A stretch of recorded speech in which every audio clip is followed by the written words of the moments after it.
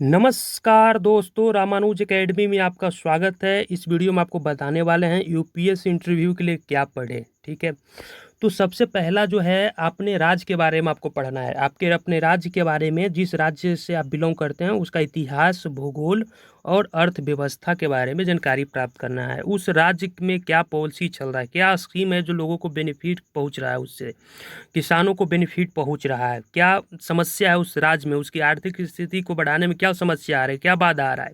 ठीक है, जैसे बाढ़, सुखाड़, ये सब देख कर जाइए। जैसे बिहार ऐसे राज्य को देखिए तो बिहार में क्या है, बाढ़ की समस्या है। तो इस बाढ़ की समस्या से निपटने के लिए क्या किया जा सकता है। तो इस तरह का जो है भूगोल आप देख सकते हैं, अर्थव्यवस्था और इतिहास जो है अपना अपना स्टेट के देख कर जाइएगा। ठीक है, उसके बाद अपने ज़िला के बारे में अब कुछ बुनियादी जानकारी प्राप्त करके चाहिए कि आपके डिस्ट्रिक्ट में क्या समस्याएं हैं, क्या बुनियादी समस्या है आपके डिस्ट्रिक्ट में, या तो उस डिस्ट्रिक्ट का किसानों की क्या स्थिति है।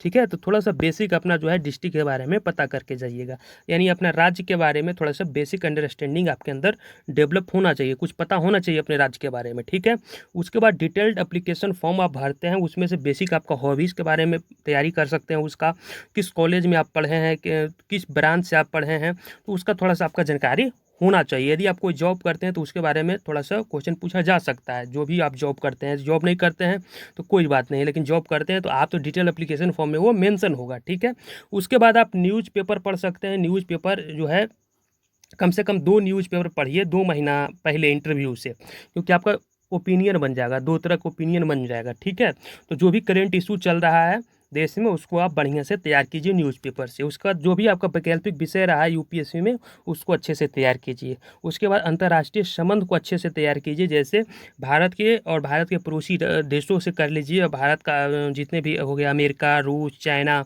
यह सबसे भारत का क्या अंतर्राष्ट्रीय संबंध है, तो उस वक्त न्यूज़पेपर से इसे कवर करेंगे। ठीक है, तो इसको कवर कर लीजिए। और जिस विषय से स्नातक किए हैं, जिस विषय से आपने स्नातक किए हैं, तो उसका बुनियादी जानकारी, बेसिक जानकारी जो है आपको होना चाहिए। और एक बात यहाँ पर और देखिए, ये जो स्नातक है, यदि आप मान के चलिए यूपी या बिहार के हैं और आपने स्नातक दिल्ली से किए हैं या हरियाणा से कहीं से किए हैं, तो आपको थोड़ा सा उस स्टेट के बारे में भी बेसिक जानकारी प्राप्त होना चाहिए। उसका आर्थिक स्थिति क्या है, उसमें उस राज्य में क्या गवर्नमेंट द्वारा स्कीम चलाया जा रहा है, पॉलिसी चलाया जा रहा है जो लोगों को बेनिफिट हो रहा है वहाँ का। ठीक है, तो बुनियादी समझ आपका जो है वहाँ का भी होना चाहिए, क्योंकि 3-4 साल रहकर वहाँ पर क्या किए आप, पढ़ाई किए हैं। ठीक है, और भारत की आर्थिक स्थिति का आपका 7वां पॉइंट है कि भारत का आर्थिक स्थिति का थोड़ा समझ होना चाहिए कि भारत से जो है अमेरिका का, चाइना का, रूस का क्या ट्रेड हो रहा है। ठीक है, तो भारत की आर्थिक स्थिति का समझ होना चाहिए। जीडीपी हो गया भारत के और मलेशिया के और भी जो भी पड़ोसी देश हैं, या तो बड़े बड़े जो देश हैं उनके साथ जो आर्थिक ट्रेड चल रहा है, बिजनेस चल रहा है, उसका आर्थिक समझ होना चाहिए। भारत के जीडीपी को कैसे बढ़ाया जा सकता है, तो इसका समझ विकसित करना है। और इतना कर लेने के बाद हमको लगता नहीं है कि कुछ और बचता है। इतना कर लेने के बाद आप बिल्कुल अगर कर लेते हैं तो इंटरव्यू में अच्छे से अच्छे मार्क्स आप क्या करेंगे, प्राप्त करेंगे।